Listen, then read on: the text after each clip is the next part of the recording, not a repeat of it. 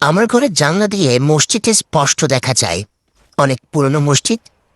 লোকমুখে শোনা যায় এই মসজিদটি প্রায় 400 বছর আগে নির্মিত, যদিও পরে এটার বেশ কিছু কাঠামো সংস্কার করা হয়েছে। প্রতিদিন কত শত মানুষ নামাজ পড়তে আসে এখানে। শুধু মানুষ না, কখনো কখনো অন্য জগতের বাসিন্দাদেরও দেখতে পাই নামাজ আদায় করতে। আগে ভয় পেলেও এখন অভ্যস্ত হয়ে গিয়েছি। তারা যখন নামাজ পড়তে আসে তখন অদ্ভুত মনোরম এক ঘ্রাণ ছড়িয়ে পড়ে চারপাশে। আমার ছোট অগোছালো রুমটাও ঘ্রাণে পরিপূর্ণ হয়ে যায়। আমিও কখনো তাদেরকে বিরক্ত করিনি, তারাও আমাকে ভয় দেখায়নি। তবে একদিন কৌতূহলবশত ফোনে ভিডিও করার শখ জাগলো মনে। এই শখটাই যে আমার কাল হয়ে দাঁড়াবে কখনো ভাবতে পারিনি। এই ধরনের আমি বাজার থেকে একটা কুঠার কিনে আনলাম গাছ কাটার জন্য। কিন্তু শখ জাগলো গাছ কাটার আগে একবার নিজের পায়ে মেরে দেখি কুঠারে ধার আছে কিনা। আমার ব্যাপারটাও কিছুটা এরকম। রাত তখন 1:30। আমি মোবাইল হাতে নিয়ে জানালার ধারে বসে আছি তাদের আসার অপেক্ষায়। মসজিদের বাইরের ল্যাম্পপোস্টের আলোতে সবসময় আলোকিত থাকে। বড় বড় কপাট, খোলা জানলা দিয়ে সম্পূর্ণ মসজিদের ভেতরটা দেখা যায় আমার রুম থেকে। বাইরের ল্যাম্পপোস্টের আলো ছোট ছোট পোকাগুলো ঝিরিঝিরি করছে, কিন্তু এখনো তারা আসছে না কেন? প্রতিদিন তো এই সময় আসে। হঠাৎ ল্যাম্পপোস্টের আলোটা ফ্লিকার করতে লাগলো, চিকচিল আওয়াজ করে একসময় পুরোপুরি বন্ধ হয়ে গেল। আমি বুঝতে পারলাম তাদের আগমন ঘটেছে। জানালার পর্দাটা হালকা টেনে দিয়ে আমি নিজেকে আড়াল করে নিলাম। কেমন যেন ভয় ভয় লাগছে আজ। এক মনে বলছে শখের গুল্লি মারি, এসব বাদ বিপদ ডেকে আনবো পরে। আরেক মনে বলছে কিচ্ছু হবে না, সব পুরনো এইটুকু রিস্ক নিয়ে যায়। এই থেকে বোঝা যায় আমাদের মাঝে দুইটা সত্তা বসবাস করে। একজন আমাদের ভালো চায়, আরেকজন লোভ দেখিয়ে ভালোটা ঢেকে দেয়। আমি ফোনের ক্যামেরা অন করে পর্দা হালকা ফাঁকা করে বাইরে তাকালাম। দেখলাম মসজিদের লোহার দরজাটা হালকা শব্দ করে আপনা আপনি খুলে গেল। এর সাথে চাঁদের আলোতে দৃশ্যমান হলো কয়েকজন সাদা আলখেল্লা পরিহিত অবয়ব। স্বাভাবিকের চেয়ে লম্বা এবং তাদের মুখ দেখা যাচ্ছিল না। শরীর থেকে নূর ছড়াচ্ছিল, তবে আজকে একজন নারী অবয়বও দেখা যাচ্ছে। আমি একবার ঢোক গেলে কাপা কাপা হাতে মোবাইলটা ওঠালাম ভিডিও করার জন্য। তখনই নারী অবয়বটা আমার দিকে ঘুরে তাকালো। আমি চমকে গিয়ে সাথে সাথে পেছনের দিকে উল্টে পড়ে গেলাম। কোমরে ব্যথা পেয়ে কুকড়াতে কুকড়াতে উঠে আস্তে আস্তে উঁকি মেরে আবার জানলা দিয়ে তাকালাম সেদিকে। ল্যাম্পপোস্টের আলো চলে আছে, অবয়বগুলো নেই সেখানে। তার মানে তারা চলে গিয়েছে। হয়তো আমি তাদের বিরক্ত করে ফেলেছি। তারা আবার আমার কোনো ক্ষতি করবে না তো?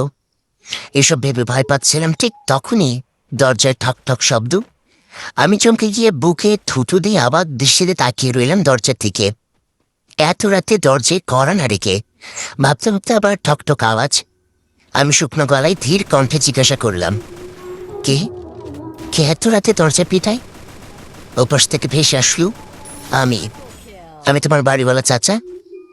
বাড়িওয়ালা চাচার কণ্ঠ শুনে দেখে যেন প্রাণ ফিরে পেলাম। তাড়াতাড়ি গিয়ে দরজা খুলে দিতে দেখলাম চাচা দরজা থেকে কিছুটা দূরে একটা বাটি হাতে দাঁড়িয়ে আছে। আমি জিজ্ঞাসা করলাম, চাচা এত রাতে আপনি? ভাড়া তো দিয়ে দিয়েছি এ মাসের। বাড়িওয়ালা চাচা আমার প্রশ্নের জবাব না দিয়ে হাতে থাকা বাটিটা আমার দিকে এগিয়ে দিয়ে গম্ভীর গলায় বলল, তোমার চাচি ফিন্নি রান্না করেছে আজ, ভাবলাম তোমার তো দিয়ে যাই। আমি চাচার হাত থেকে বাটিটা নিয়ে ঢাকনা খুলতেই খুব সুস্বাদু একটা ঘ্রাণ নাকে গেল। ফিন্নির ঘ্রাণে আমি যেন মাতার হয়ে যাব। আমি কিছু বলতে যাবো তার আগেই চাচা সিঁড়িটি উপরে উঠে যেতে লাগলো। কিন্তু চাচার বাসা তো নিচতলায়। আমি ডাক দিলাম, চাচা উপরে কোথায় যাচ্ছেন? চাচা কোনো কথা না বলে সোজা ছাদের দিকে চলে গেল। ভাবলাম হয়তো ছাদে কিছু রাখা আছে, সেটা নিতেই গিয়েছে। আমি আর মাথা না ঘামিয়ে ফিন্নির বাটি নিয়ে রুমে ঢুকে দরজা বন্ধ করে দিলাম। বাটিটা টেবিলে রেখে আবার এগিয়ে গেলাম জানলার দিকে। দেখলাম সব স্বাভাবিক সেখানে। নিজের কাছে খারাপ লাগছে আমার জন্য তারা বিরক্ত হয়েছে, নামাজ না পড়ে চলে গিয়েছে। হঠাৎ একটা মেয়েলি হাসির শব্দ কানে এলো। চাপা স্বরে কোনো মেয়ে খিলখিল করে হাসছে। আমি কান খাড়া করে বোঝার চেষ্টা করলাম শব্দটা কোথা থেকে আসছে। আরে শব্দটা তো ছাদ থেকে শোনা যাচ্ছে। কিন্তু ছাদে এত রাতে মেয়ে বসবে কোথা থেকে? মাত্রই তো চাচা ছাদে গেল। তার মানে কি চাচার কোনো সেটিং আছে নাকি? এই বয়সে প্রেম করে চাচা? জি, এসব কি ভাবছি আমি? চাচা তো অনেক পরহেজগার মানুষ, আবার থাকলেও থাকতে পারে। চাচি মারা গেছে তো সেই কবে, বেচারার কথা একা থাকবে, শেষ বয়সে একজন সঙ্গে তো দরকার আছে। এসব ভাবতে ভাবতে হঠাৎ আমার টনক নড়ল। চাচার বলাই একটা কথা, তোমার চাচি ফিরনি রান্না করেছিল আজ, ভাবলাম তোমাকে দিয়ে যাই। আমার পুরো শরীরে শীতল স্রোত বয়ে গেল। আমি রীতিমতো কাঁপতে শুরু করলাম। চাচি তো মারা গেছে, তাহলে ফিরনি রান্না করেছে মানে? চাচা কি বলে গেল এটা? আমি ভয়ে ভয়ে টেবিলে রাখা বাটিটার দিকে তাকালাম। সেটা এখনো সেখানে রাখা। আমি ধীর পায়ে টেবিলের দিকে এগিয়ে গেলাম। কাপা কাপা হাতে বাটির ঢাকনাটা হালকা উঠাতেই খুব বিশ্রী একটা গন্ধ নাকে এসে লাগলো। আমি নাক কুচকে ঢাকনাটা পুরো সরাতেই চোখ বড় করে যা দেখলাম, তাতে গদগদ করে সেখানে বমি করে দিলাম। বাটিতে মরা একটা ইঁদুর, তার পচা শরীর থেকে সাদা সাদা পোকা বের হচ্ছে। ব্যবসা গন্ধে পুরো ঘর ছেড়ে গিয়েছে। আমি বমি করে হাঁপাতে হাঁপাতে তাড়াতাড়ি বাটিটা নিয়ে জানালা দিয়ে ছুঁড়ে বাইরে ফেলে দিলাম। তখনই ধাপ করে জানালায় আবির্ভাব হলো এক ভয়ানক চেহারার। আমি চিৎকার করে পিছিয়ে যাব এমন সময় একটা অদৃশ্য হাত আমার গলা চেপে ধরল, খুব শক্ত করে। লোহার মতো হাতের চাপ আমার গলা যেন শরীর থেকে আলাদা করে দিতে চাইছে। আমি চাইলেও মুখ দিয়ে কোনো শব্দ করতে পারছিলাম না, শুধু গঙ্গানির আওয়াজ করছিলাম আর ওই হাত থেকে বাঁচার বৃথা চেষ্টা চালিয়ে যাচ্ছিলাম। আমি নিজেকে মৃত্যুকে সামনে দিচ্ছিলাম। এটাই বোধহয় আমার শেষ রাত্রি। চোখগুলো ধীরে ধীরে বন্ধ হয়ে আসছে, নিঃশ্বাস ফুরিয়ে যাচ্ছে। আমি নিস্তেজ হয়ে শেষবারের মতো পাশে তাকিয়ে দেয়ালে টাঙানো মায়ের ফ্রেম বাঁধানো ছবিটার দিকে তাকালাম অসহায় দৃষ্টিতে। আমার দৃষ্টি অনুসরণ করে ভয়ানক চেহারার সেও মায়ের ছবির দিকে তাকালো গড়গড় শব্দ করে। হঠাৎ অনুভব করলাম আমার গলা থেকে চাপ কমে যাচ্ছে, আমার শ্বাস প্রশ্বাস চলা শুরু হচ্ছে। ভয়ানক চেহারার অবয়বটা ধীরে ধীরে অদৃশ্য হয়ে যাচ্ছে। আমি ধাপ করে নিচে পড়ে গেলাম এবং জ্ঞান হারালাম। এতক্ষণ কথাগুলো বলছিল জিদান নামের একটা ছেলে, তার পাশে বসে একমাত্র বন্ধু সৌম্য দাস। জিদান কাল রাত অজ্ঞান হওয়ার আগে যা যা ঘটেছিল সবকিছু সৌম্যকে বলল। সবকিছু শুনে সৌম্য একটু ভাবুক ভঙ্গিতে গালে হাত দিয়ে বলল, সব কথা বাদ, কাল রাতে তুই আমাকে ছাড়াই শুকনা পাতা খাইলি, একবার কল করে ডাকতে তো পারতি। জিদান চোখ বড় বড় করে বলল, মানে তোর মনে হয় আমি এতক্ষণ তোর কাছে সব চাপা মারছি? সৌম্য বলল, আমি কখন বললাম তুই চাপা মারছিস? শুকনা পাতা না খেলে এমন গাছখড়ি গল্প কেউ বলে নাকি? খাইবি যেহেতু কমায় খা। এমন খাও খেয়েছিস যে বমি করে সব ল্যাপটে ফেলেছিস ফ্লোরে, আবার গল্প মানাচ্ছিস। জিদান এক লাফে শোয়া থেকে উঠে সৌম্যকে ধমক দিয়ে বলে, তুই আসলে একটা পাক্কা যা বেরো যা আমার বাসা থেকে এখনই। সৌম্য ভুরুকুচকে বলল, নেশা এখনো কাটেনি তোর? এটা তোর বাসা না, এটা হাসপাতাল। আজ 2 দিন পর তোর জ্ঞান ফিরেছে, মনে হয় শুকনার বদলে কাঁচা খেয়েছিল একবার। জিদান অবাক হয়ে চারপাশে তাকিয়ে দেখল সত্যি সত্যি সে হাসপাতালের বেডে। তার মানে 2 দিন জ্ঞান ছিল না। কিন্তু আমার তো মনে হলো গতকাল রাতেই ওসব ঘটনা ঘটে গেল। জিদানকে চিন্তিত দেখে সৌম্য বলল, চিন্তা করিস না, আমি ডাক্তারের সাথে কথা বলে এসেছি, তোকে ডিসচার্জ করে দিবে হয়তো। জিদান কিছু বলল না, সবকিছু কেমন উল্টো পাল্টা মনে হচ্ছে। ওই রাতের পর 2 দিন কিভাবে কেটে গেল, আমি তাদের নামাজে বেঘাত ঘটিয়েছিলাম বলেই কি আমার সাথে ওসব ঘটল? এটা কি এখনই শেষ নাকি আরো কিছু অপেক্ষা করছে আমার জন্য? জিদানকে চুপ থাকতে দেখে সৌম্য বলল, আমি এমনিতে আছি অনেক প্যারায়, তার উপর আবার তুই হাসপাতালে আছিস শুনে ওটা বাদ দিয়ে ছুটে এলাম। জিদান বলল, তুই আবার কিসের প্যারা আছিস, কি হয়েছে? সৌম্য বলল, জীবনে যা হয় তাই হয়েছে রে বন্ধু। জিদান অবাক হওয়ার ভান করে জিজ্ঞাসা করল, মুসলমানি? সৌম্য ভ্যাবাচাকা খেয়ে বলল, ধুর কিসের ভেতর কি, তোকে না বলেছে আমি হিন্দু হলেও মুসলমানি করিয়ে নিয়েছি ছোটবেলায়। জিদান বলল, তাহলে কি হয়েছে, কিসের পাড়া? সৌম্য বলল, নন্দিকাটা তুই চিনিস। জিদান বলল, কোন নন্দিতা? সৌম্য বলল, আরে ওই যে 2014 HSC ব্যাচের নন্দিতা, যারটা দেখতে গিয়ে তুই পরীক্ষার হলে স্যারের ঝাড়ি খেয়েছিলি। জিদান বলল, খাতা দেখতে গিয়ে বল, নাহলে পাবলিক ভাববে আমি অন্য কিছু দেখতে গিয়েছিলাম। আর হ্যাঁ, মনে পড়েছে নন্দিতার কথা। কি হয়েছে তার? সময় একটু লাজুক হাসি দিয়ে কিছু বলছে তার আগেই জিতান বলল, নন্দিতা রে, আমি কিভাবে ভুলে গেলাম, সেদিন তো তুই পরীক্ষা শেষ করে আগেই চলে গেলি বাসায় জরুরি কাজ আছে বলে। তারপর কি হয়েছিল জানিস? সমু কৌতূহল নিয়ে বলল, কি হয়েছিল? জিদান বলল, স্যারের ঝাড়িরা তখন আমার মাথায় কিলবিল করছিল, তাই দোকান থেকে সিগারেট কিনে সোজা চলে গেলাম পুরাতন ক্যান্টিনে। ওইখানে কেউ থাকবে না ওই সময়, সেটা শিওর ছিলাম, কিন্তু সেখানে যেতেই ঠাডার শব্দে আমি চমকে গেলাম। সোম বলল, কিন্তু আমার যতদূর মনে পড়ে সেদিন বৃষ্টি বাদল কিছু হয়নি, তাহলে ঠাডার শব্দ কই পাইলি? জিদান বলল, আমিও সেটা ভাবছিলাম, বাইরে তো ঝকঝকে রোদ, তাহলে ঠাডা পড়লো কিভাবে? তারপর বুঝলাম ওটা ঠাডার শব্দ ছিল না, নন্দিতা তার বয়ফ্রেন্ডকে কিস করছে সেই শব্দ। সুমন থতমত খেয়ে বলল, নন্দিতা কিস করেছে মানে? জিতান বলল, শুধু ঠাডা না বন্ধু, আমি না দেখলে ওরা সেখানে বিদ্যুৎ চমকানো শুরু করতো, তারপর বৃষ্টি হতো, প্রায় সবকিছুর ইন্তজাম হয়ে গিয়েছিল, আমার উপস্থিতিতে পেয়ে ফিতা বাঁধতে বাঁধতে পালাইছে। সেদিন তো আমি দেখেছি বলে বৃষ্টি হয়নি, কিন্তু তার আগে পরে কতবার যে বৃষ্টি নামাইছিল ওরা আল্লাহ জানে।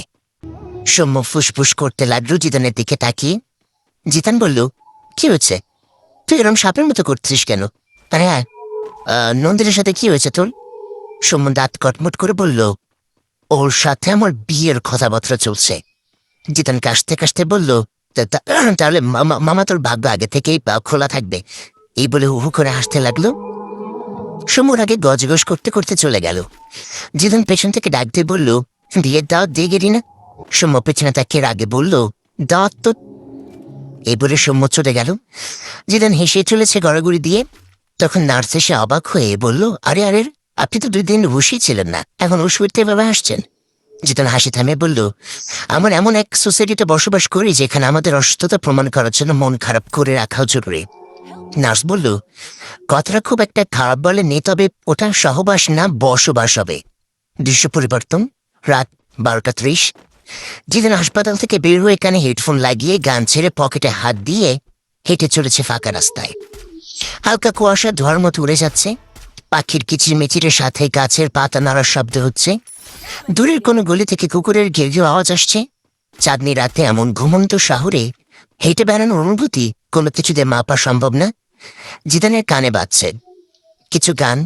হঠাৎ জিদান লক্ষ্য করলো চারিদিকে কেমন অন্ধকার হয়ে আসছে, 4টা কালো মেঘে ঢেকে যাচ্ছে আস্তে আস্তে, ল্যাম্পপোস্টের হলদে আলোটা নিভু নিভু করছে, গাছের পাতা নড়া এবং পাখির কিচিমিচির শব্দ বন্ধ হয়ে গিয়েছে।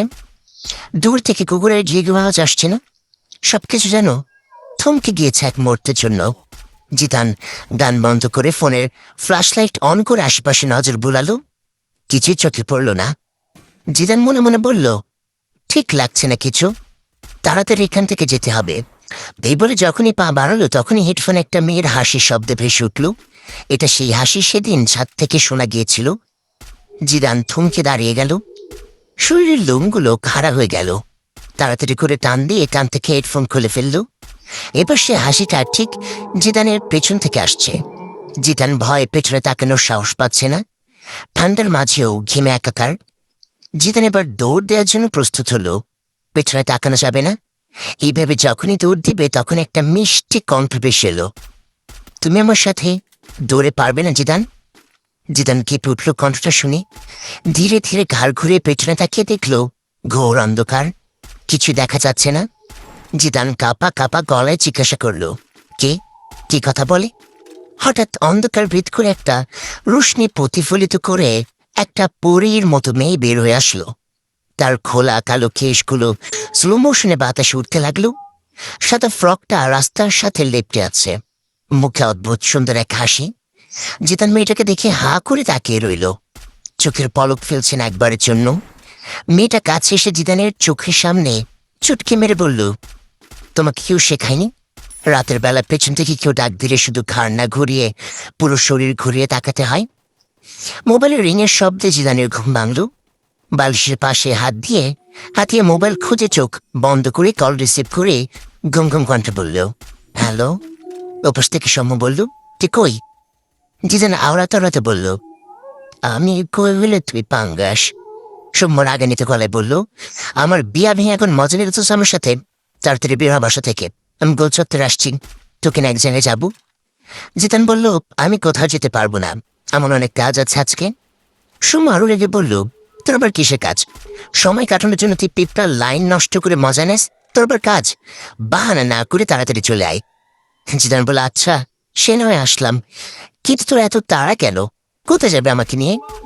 সৌম্য বলল, নন্দিতার সাথে তো বেচতে গেল, ফ্যামিলি থেকে আরেকটা মেয়ে দেখা হয়েছে, আজকে তার সাথে দেখা করার কথা আমার, কিন্তু আমার একা যেতে নার্ভাস লাগছে, তাই তোকে নিয়ে যাব। জিতান বলল, মেয়ে দেখবি তুই, বিয়া করবি তুই, তাহলে আমি তোর সাথে সেখানে গিয়ে কি করব? এসব ফালতু কাজের জন্য আমার তুই ফোন করেছিস? রাখ সকাল সকাল। সমূল রাগ করিস না, মেয়েটার সাথে তার বান্ধবী আসবে, তাই তোকে বলেছিলাম। ঠিক আছে, তুই যেহেতু যাবি না তাহলে আমি একাই যাই। জিদান এক লাফে শোয়াতে খুঁটে বলল, দিনকাল বেশ ভালো না, তোর একা যাওয়া ঠিক হবে না, আমি এখনই আসছি, রেডি হই। তুই 5 মিনিট অপেক্ষা কর, আমি 10 মিনিটের মাঝে চলে আসছি। এই বলে ফোন রেখে জিদান তাড়াতাড়ি চলে গেল ফ্রেশ হতে। টাওয়াল নিয়ে ওয়াশরুমে ঢুকে ব্রাশ করতে করতে আয়নার দিকে তাকাতেই চমকে গেল।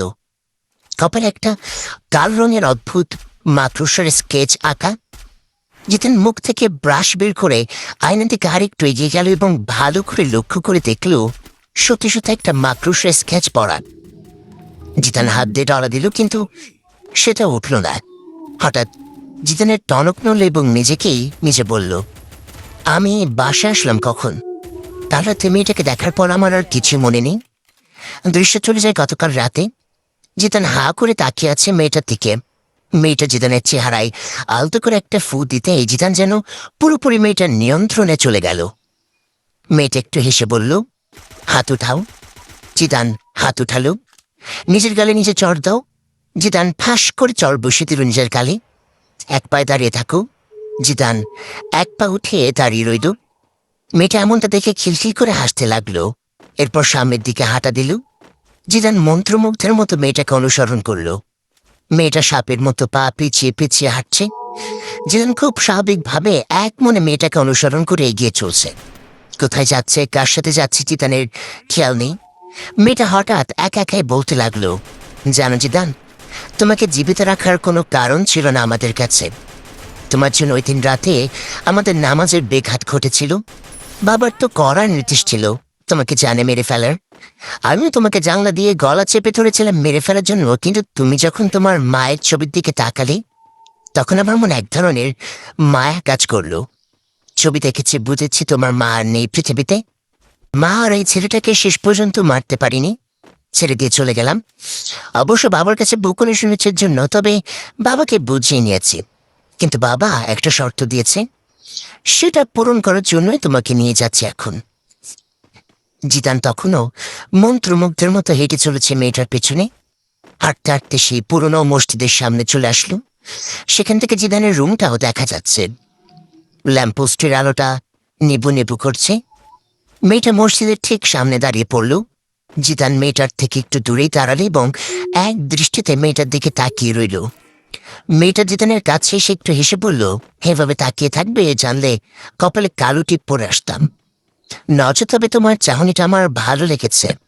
চোখ দুটো সুন্দর তোমার, তবে একটু যত্নের অভাব আছে। চিন্তা করো না, আমি চলে এসছি তোমার জীবনে। এমন করে গুছিয়ে দিব তোমাকে যেমন করে গুছালে আর কখনো অগোছালো হওয়ার ভয় থাকবে না। ঠিক তখনই নেবু নেবু করতে থাকা ল্যাম্পপোস্টটা থাপ করে বন্ধ হয়ে গেল। চারিদিক অন্ধকারে ছেয়ে গেল। জিদানের পেছনের অন্ধকার ভেদ করে সাদা আলখেল্লা পরিহিত কয়েকটা ছায়ামূর্তির আগমন ঘটল সেখানে। মেয়েটা মাথা নিচু করে হাত সামনে বেঁধে দাঁড়িয়ে বলল, আসসালামু আলাইকুম আব্বাজান। ছায়ামূর্তির মাঝে একজন গম্ভীর গলায় সালামের জবাব দিয়ে জিজ্ঞাসা করল, সে কি পারবে এটা করতে? তবে খোঁজ নিয়েছিলে তার ব্যাপারে? মেয়েটা নরম কণ্ঠে বলল, জি আব্বাজান, আমি খোঁজ নিয়েছি। জানতে পেরেছি তার মা মালাইকা বেগম একজন কোরআনের হাফেজা ছিলেন। উনি তার ছেলেকে ছোটবেলা থেকে কোরআন শিক্ষা দিয়েছেন। যতদিন তিনি বেঁচে ছিলেন ততদিন জিদান সঠিক পথেই ছিল। তবে মারা যাবার পর জিদান পথভ্রষ্ট হয়ে যায়। তার বাবা এবং বড় বোন এই বাড়ি ছেড়ে অন্যত্র চলে যায় বাড়িটা পুরনো হওয়ার কারণে। কিন্তু জিদান তার মায়ের স্মৃতি জড়িয়ে থাকা বাড়ি ছেড়ে যায়নি, সে সেখানে এখনো রয়েছে। মেয়েটার বাবা বলল, ঠিক আছে, এটা যথেষ্ট, এখন চলো তাহলে মসজিদে। আমার শর্ত ছিল সে আমাদের নামাজে ব্যাঘাত ঘটেছে, এখন তার ইমামতিতে আমরা নামাজ পড়ব। যদি সেটা না পারে তাহলে তাকে মেরে ফেলব। এই বলে মেয়েটার বাবা সহ বাকি ছায়ামূর্তিগুলো মসজিদে প্রবেশ করল। মেয়েটা জিদানের কাছে এসে পড়ল, আমি জানি তুমি পারবে। তোমার মাঝে এখন আলো আছে, তুমি পুরোপুরি পথভ্রষ্ট হয়ে যাওনি। চলো এখন। এই বলে মেয়েটা জিতানকে নিয়ে পুকুর ঘাটে গেল এবং উঁচু করার হুকুম দিল। জিতান বাধ্য ছেলের মতো উঁচু করে নিল। তারপর আবার মেয়েটার সাথে হেঁটে গিয়ে মসজিদে প্রবেশ করল। মসজিদের মাঝ বরাবর একটা আলোকিত পর্দা টাঙানো। জিদান পর্দা ভেদ করে সামনে গিয়ে ইমামের জায়নামাজে দাঁড়ালো। পেছনে মেয়েটার বাবা সহ বাকি ছায়ামূর্তিগুলো এক কাতারে সোজা হয়ে দাঁড়ালো। পর্দার আড়ালে ওই মেয়েটা দাঁড়ালো নামাজের আদলে। মসজিদে কোনো বাতি না চললেও তাদের শরীরে নূরের আলোতে পুরো মসজিদ আলোকিত হয়ে আছে। সাথে রয়েছে মন মাতানো ঘ্রাণ। জিদান নিজেও জানে না সে কোথায় আছে, তাদের সাথে আছে বা কি করছে। মেয়েটা বলেছিল নামাজের ইমামতি করতে হবে। সে কথা মেনে জিদান আল্লাহু আকবর বলে জায়নামাজে দাঁড়িয়ে গেল। পেছনে সবাইও আল্লাহু আকবর বলে দাঁড়িয়ে গেল বুকে হাত বেঁধে। এই পর্যায়ে আমরা জিদানের কণ্ঠে মনোমুগ্ধকর তেলাওয়াত শুনতে পাই। পেছনে দাঁড়ানো মেয়েটার বাবার ঠোঁটের কোণ এক তৃপ্তির হাসি ফুটে ওঠে। মেয়েটার চেহারা দেখেও বোঝা যায় তার খুশির পরিমাণ। এর সাথে দৃশ্য ফিরে আসে বর্তমানে। জিদান এখনো ওয়াশরুমে কপারে থাকা ওই মাকড়সার স্কেচটা সাবান দিয়ে রয়েছে, কিন্তু কিছুতেই উঠছে না সেটা। জিদান পেরেশান হয়ে ভাবতে লাগলো, তাহলে মেয়েটা কি আমার সাথে কিছু করেছে রাতের বেলা? কিন্তু মেয়েটা করবে কিভাবে? মেশিন তো আমার কাছে। দূর, কি ভাবছি এসব? এই মাকড়সার দাগ নিয়ে এখন এভাবে বাইরে যাব? এসব ভাবতে ভাবতে ফ্রেশ হয়ে ওয়াশরুম থেকে বের হয়ে রেডি হতে লাগলো। এর মাঝেই আবার সৌম্যর কল এলো। জিদান কল রিসিভ করতেই সৌম্য চেঁচিয়ে বলল, এই তোর 5 মিনিট। আমি আধা ঘন্টা ধরে গৌচত্বরে দাঁড়িয়ে ভিটামিন ডি খেয়ে কালো জাম হয়ে যাচ্ছি, আর তোর এখনো খবর নেই। জিদান বললে, আমি করবো বল। মরতে গিয়ে হাগা ধরে গেছে, তাই লেট হয়ে গেল। তুই 2 মিনিট ওয়েট কর, আমি 6 মিনিটের মধ্যে আসছি। এবারে ফোন কেটে তাড়াতাড়ি রেডি হয়ে আয়নার সামনে দাঁড়িয়ে আরো কয়েকবার কপালে ঘষা দিয়ে স্কেচটা উঠানোর ব্যর্থ চেষ্টা করে একটা ক্যাপ মাথায় দিয়ে বের হয়ে গেল, যাতে স্কেচটা দেখা যায় না। জিদান বাসায় তালা দিয়ে বের হয়ে যেতেই আমরা দেখতে পাই জিদানের অগোছালো রুমটা আপনা আপনি গুছিয়ে যাচ্ছে। কাঁথা বালিশগুলো সুন্দর করে ভাঁজ হয়ে এক জায়গায় রাখা হলো। বিছানার চাদর টান টান হয়ে পরিপাটি হয়ে গেল। এটিকুটিক পড়ে থাকা ময়লাগুলো উড়ে গিয়ে জানালা দিয়ে বাইরে চলে গেল, যেন অদৃশ্য কেউ এই কাজগুলো করছিল। এদিকে জিদান তাড়াহুড়ো করে হেঁটে কোল চত্বরে চলে গেল। সেখানে গিয়ে দেখলো বেচারা সৌম্য ইতিমের মতো বসে আছে। মেয়ে দেখতে যাবে বলে আলতো সোনো যা মেখেছিল ভিটামিন ডি এর প্রভাবে সেটা স্পষ্ট বোঝা যাচ্ছে। এখন ঘেমে পুরো শার্ট ভিজে গিয়েছে। জিদান পেছন থেকে গিয়ে একটু কাশিতে বলল, একটা সাবান এনে দেবো নাকি? গোসল করে ফেলে এখানে। সুমু চমকে গিয়ে পেছনে থেকে বলল, এই তোর আসার সময় হলো, তোকে আসতে বলাই ভুল হয়েছে আমার, এতে আমি একা চলে যেতাম। জিদান বলল, ডেকে না, অপমান করবি না। আমার সাথে এমন ব্যবহার করলাম কিন্তু চলে যাবো, তুই একাই যা। সুমু বলল, যা যা, তোকে কি ধরে রাখছে নাকি? শুনেছ বান্ধবীটা নাকি মেলা সুন্দরী। জিদান বলল, বান্ধবী বড় কথা না, বন্ধুত্বে আসল। খালি তো জর্জরিতে যাচ্ছি, না হলে জীবনেও যেতাম না। চল চল, দেরি হয়ে যাচ্ছে। সুমু মাথা নেড়ে বলল, তো একটা জিনিস মামা, দয়া করে এখানে কি কোনো উল্টাপাল্টা কথা বলিস না, মুখে একটু লাগাম দিস। জিদান বলল, লাগাম থাকে গোড়ার, বাঘের কখনো লাগাম থাকে না বেটা। সুমু ভুরুকুচকে বলল, বাঘকে? আসসালামু আলাইকুম গাইস, কেমন আছেন সবাই? আশা করি সকলে খুবই ভালো আছেন। তো পরবর্তী কেমন লাগবে সেটি অবশ্যই কমেন্ট করে জানাবেন। আর পরবর্তী পর্ব পেতে হলে অবশ্যই বেশি বেশি করে লাইক এবং কমেন্ট করতে হবে, কারণ আপনাদের প্রতিটি লাইক এবং কমেন্ট আমাকে পরবর্তী ভিডিও বানাতে উৎসাহিত করে। আর প্রিয় ভালোবাসার মানুষেরা, আপনারা চাইলেই কিন্তু গল্পটি শেয়ার করে আপনার কিছু প্রিয় মানুষকে শোনার সুযোগ করে দিতে পারেন। তো আজকের মতো এ পর্যন্তই। ভালো থাকবেন, সুস্থ থাকবেন। আল্লাহ হাফেজ গাইস।